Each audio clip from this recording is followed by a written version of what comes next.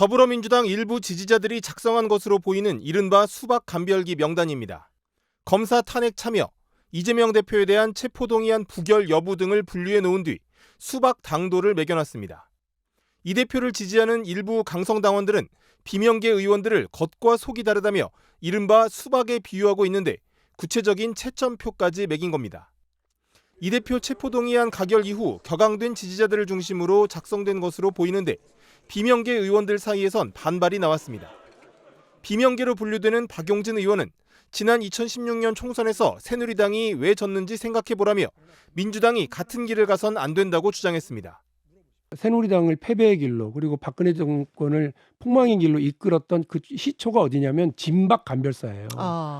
거기 진박감별사의 원조인 조원진 의원조차도 혀를 내두르고 걱정하고 있는 수박감별사 사태가 우리 민주당 안에서 벌어져서는 절대 안 된다는 게 제 생각입니다.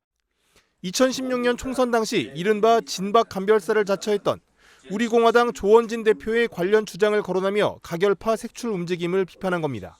민주당의 당도 5, 수박 당도가 가장 높은 사람들이 국민들이 제일 괜찮다고 보는 사람들이에요. 그게 문제잖아. 그렇잖아요. 바른 소리 하는 사람들이 저기 다 들어가 있는데 그렇게 정리해가지고 총선 치를 수 있을까요? 하지만 친명계 주류를 중심으로는 가결파 전체는 아니더라도 이재명 탄핵 등을 공개 거론하며 당 지도부를 흔든 일부에 대해선 징계가 불가피하다는 의견이 제기되는 상황. 다만 친명계 좌장격인 정성호 의원은 탄핵과 분당 등을 거론한 일부 비명계 인사들의 언행에 유감을 나타내면서도 강성 지지자들의 색출론에는 거리를 뒀습니다.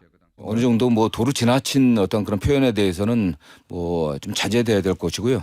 그 당대표가 이미 여러 차례 좀 자제를 당부한다는 그런 의사표시를 했습니다. 저는 그런 연장선상에서 또 대표가 하지 않겠다는 생각을 하고 있고, 다음 민주당을 사랑한다고 하더라도 우리가 다 함께 가야 선거에 이기지, 나누고 배제하고 분열하고 편가르게 해서는 선거에 이길 수가 없습니다. 네. 영장 기각 이후 추석 연휴까지 지났지만 이 논란에 대한 이재명 대표의 구체적인 입장은 아직 나오지 않고 있습니다.